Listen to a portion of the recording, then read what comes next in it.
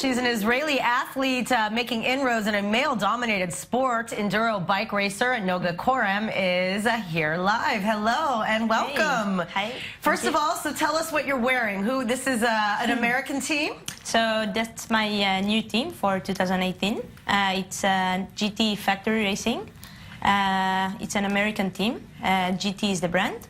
And it's a factory team, means I represent the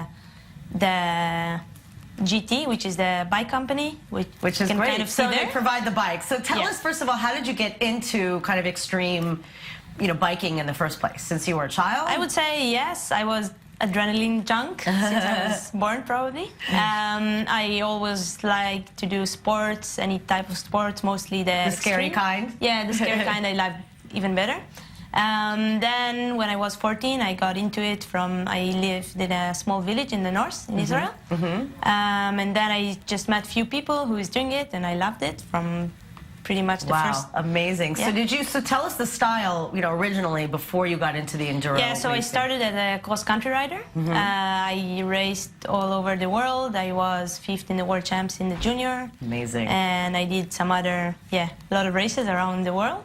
Then in 2016, I decided to quit from cross country and join enduro. So you have to choose? Yeah, somehow I just got into it. No, I just decided to quit because it was too much to me. And then somehow my friends convinced me to go to a race in Europe just for fun, for the EWS, which is the Enduro World Series.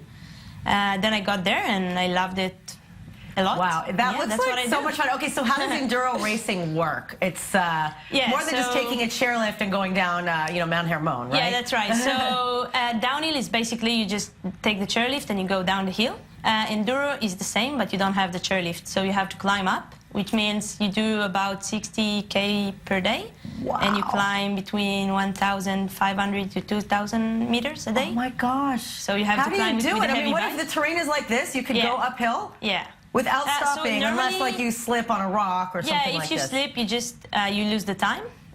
So the measure is only on the downhills. Okay. And the uphill is a liaison, so you have to do it in a certain time, but you don't have to do it.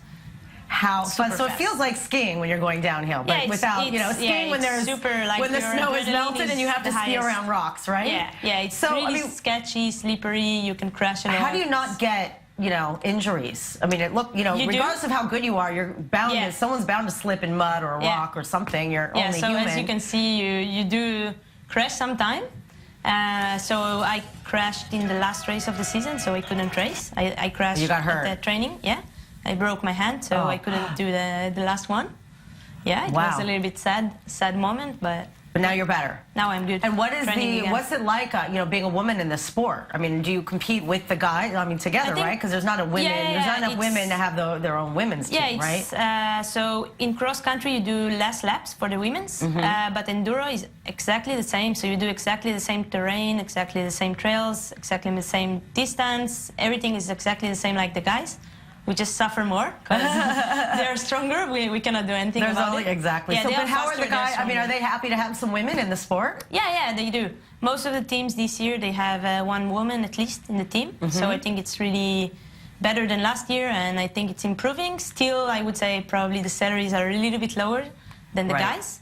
Well, but I think even in Hollywood, it's I like hope it's getting better. Yeah. So, and then what about here in Israel? I mean, are there a lot of enduro competitions here locally? Are there enough people doing it recreationally? Not really. I think there is a little bit issues with the government to race in the forest, in the good places. Let's say Mount Hermon or Manara or Jerusalem mountains. So you need to find So you can't just sneak on that. You have to. And then what about also the Israel National Trail? Have you done part of the trail? So it's really fun.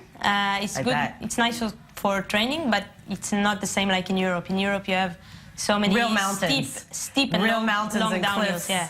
I remember skiing. I'm a avid skier and a daredevil myself. So I ski fast, and I've skied Europe, and they don't have.